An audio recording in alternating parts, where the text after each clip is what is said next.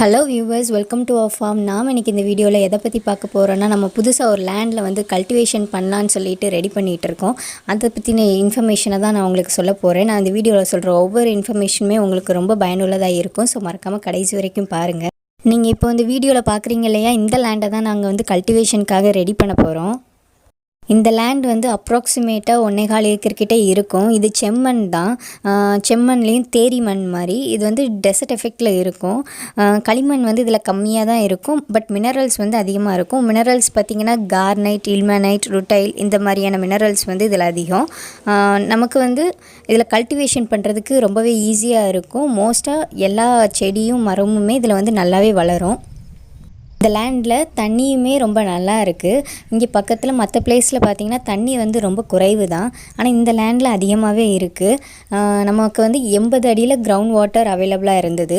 நம்ம 6 இன்ச்சில் போர் ஹோல் போட்டிருக்கோம். இந்த லேண்டை ஆல்ரெடி வேறு ஒருத்தங்க பார்த்துட்டு இருந்தாங்க. அதில் முருங்கை சாகுபடி பண்ணிகிட்டு இருந்தாங்க.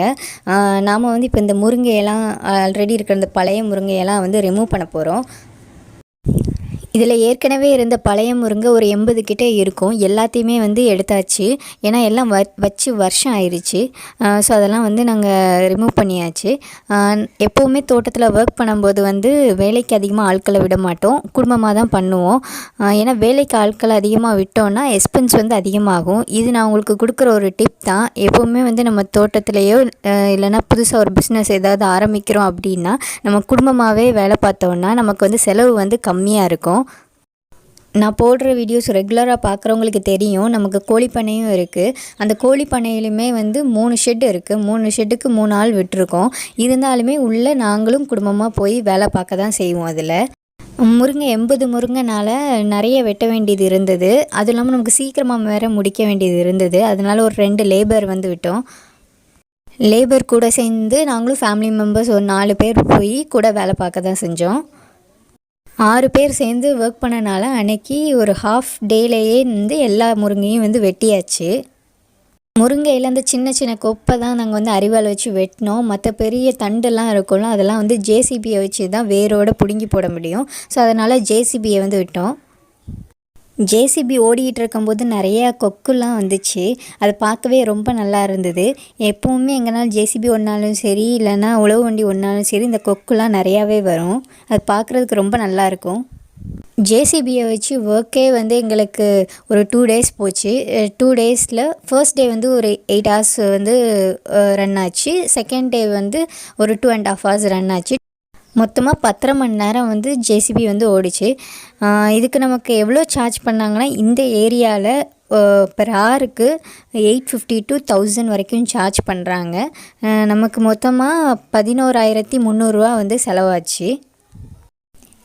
ஜேசிபியை வச்சு எல்லா முருங்கையும் வேரோட பிடுங்கி போட்டதுக்கப்புறம் நாங்கள் வந்து உழவு வண்டி விட்டோம் உழவு அடிக்கிறதுக்காக. நான் அந்த உழவு அடிக்கிறத பற்றி ஆல்ரெடி ஒரு 2 வீடியோ போட்டிருக்கேன். நீங்கள் அதை பார்த்தீங்கன்னா உங்களுக்கு ரொம்ப தெளிவாக புரியும். நான் அதை கீழே டிஸ்கிரிப்ஷனில் லிங்க் கொடுக்குறேன், அதையும் பாருங்கள். இந்த லேண்டில் நாங்கள் ரொட்டேட்டாரை விட்டு தான் உழவு அடித்தோம். நீங்கள் இந்த பிக்சரில் பார்க்குற மாதிரி தான் ரொட்டேட்டாரோட பிளேட் இருக்கும். அந்த பிளேடை என்ன பண்ணோன்னா, அதுதான் வந்து மண்ணை வந்து நமக்கு கிண்டி எடுத்து விடும்.